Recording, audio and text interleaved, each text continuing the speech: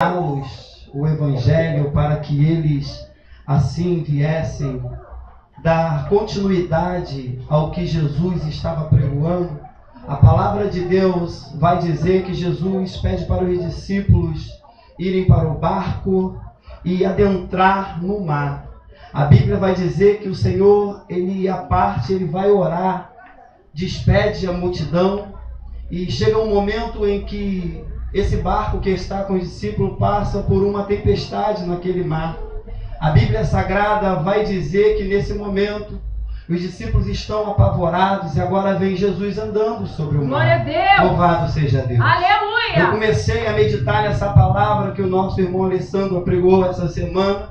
Então eu pude contemplar naquele momento que o que trazia aflição para os discípulos, o que trazia aflição para aqueles escolhidos do Senhor, que daria continuidade, aleluia, ao ministério que Jesus estava pregoando, o que estava trazendo preocupação, que estava trazendo ameaça para a vida daquele discípulo.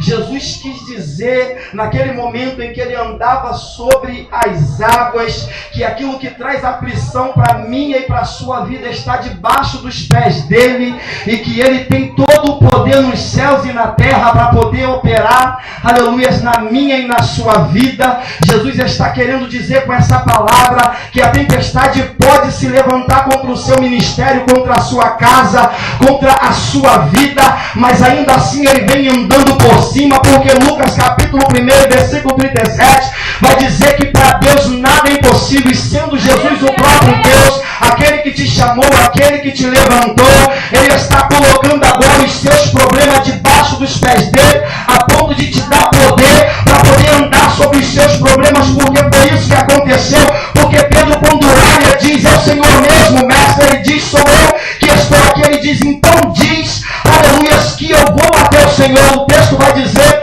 que então o Senhor fala para Pedro: vem, Pedro. Ele começa a andar sobre as águas. A Bíblia Sagrada vai dizer que em meio àquele momento Pedro olha para a tempestade e sente medo. É assim na minha e na sua vida, irmãos. A tempestade se levanta de tal forma que nós expressamos medo para aquilo que tem, aleluia, vindo de oposto a mim e a sua vida.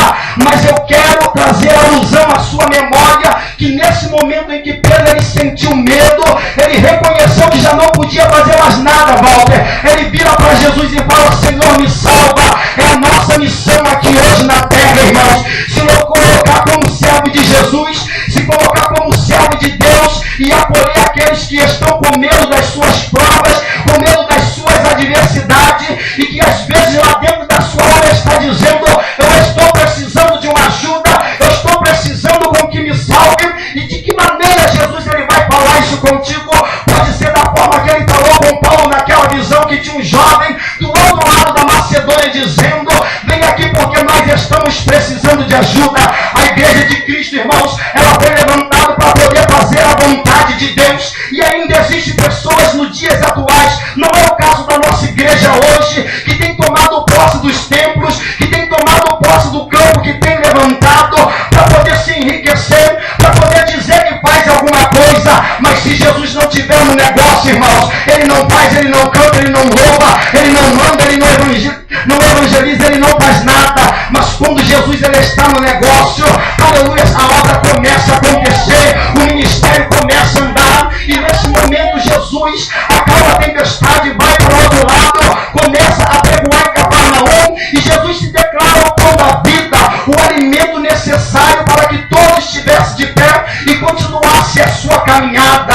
Mas só que muitas pessoas, irmãos, que tinham escolhido a seguir Jesus pelo alimento que Jesus dava, só que muitas pessoas que tinham escolhido Jesus, aleluia, pela cura que Jesus operava, só que muitos que tinham se tornado discípulos, aleluia, por aquilo que Jesus podia fazer, quando viu Jesus apregoando uma palavra dura, puxando a orelha, começou a querer virar para trás. Oh, meu Deus do céu! E encara, irmãos, a situação nessa noite, porque aqui Jesus já estava pregoando na sinagoga, ou seja, estava ensinando a palavra. Eu começo a entender que o crente que dá trabalho para a igreja, irmãos, é aquele que não vai para a sinagoga para aprender a palavra de Deus. O crente que dá trabalho no rebanho é aquele que não quer participar da escola dominical, é aquele que não quer ler Bíblia, é aquele que não quer jejuar, é aquele que não quer orar. Mas eu profetizo no nome de Jesus, que Jesus está te encontrando aqui hoje e que uma palavra, irmãos, como essa,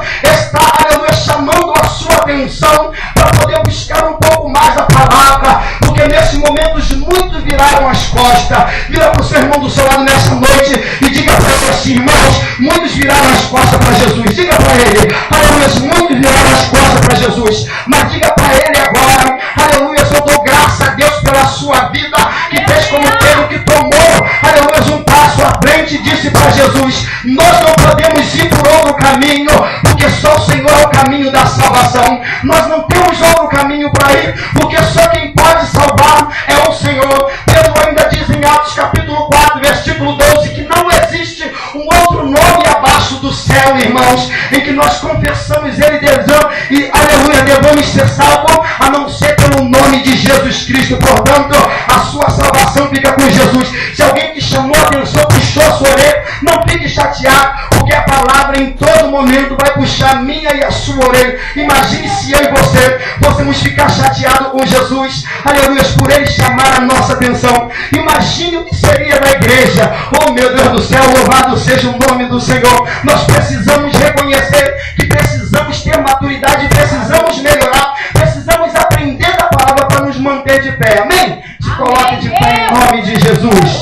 Oh meu Deus do céu, eu sinto Deus aqui nessa noite.